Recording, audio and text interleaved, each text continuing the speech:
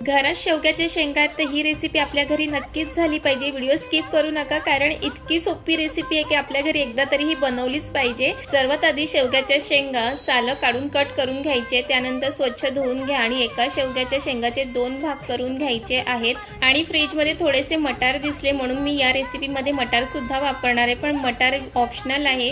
जर असेल तर नक्की घाला, नाही घातलं तरी पण चालेल. त्यानंतर शेवग्याच्या शेंगा मटार एकत्र करून घेतले आणि त्यामध्ये घरचे मसाले घालून घेतले, जसे की घरगुती मसाला, काश्मीरी मसाला, हळद, मीठ आणि गरम मसाला घालायचा आणि थोडंसं तेल घालून हे छान मिक्स करून घ्यायचं आहे. आणि इथे तुम्ही पाहू शकतात की शेवग्याला छान असे मसाले लावून घ्यायचे आणि त्यानंतर हे सर्व 5 मिनिटासाठी किंवा जास्त वेळ असेल तर 10-15 मिनिटासाठी सुद्धा मॅरिनेट करायला ठेवू शकतात.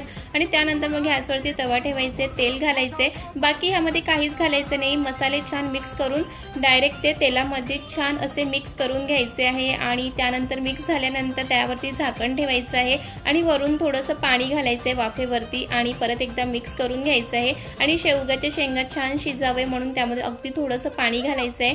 आणि 10 मिनिटांमध्ये तयार आहे चमचमी शेवग्याच्या शेंगा फ्राय. रेसिपी आवडली असेल तर लाईक करा, कमेंट करा, शेअर करा आणि अशा घरगुती रेसिपीसाठी पेजला नक्कीच फॉलो करा. भेटूया नेक्स्ट व्हिडिओमध्ये.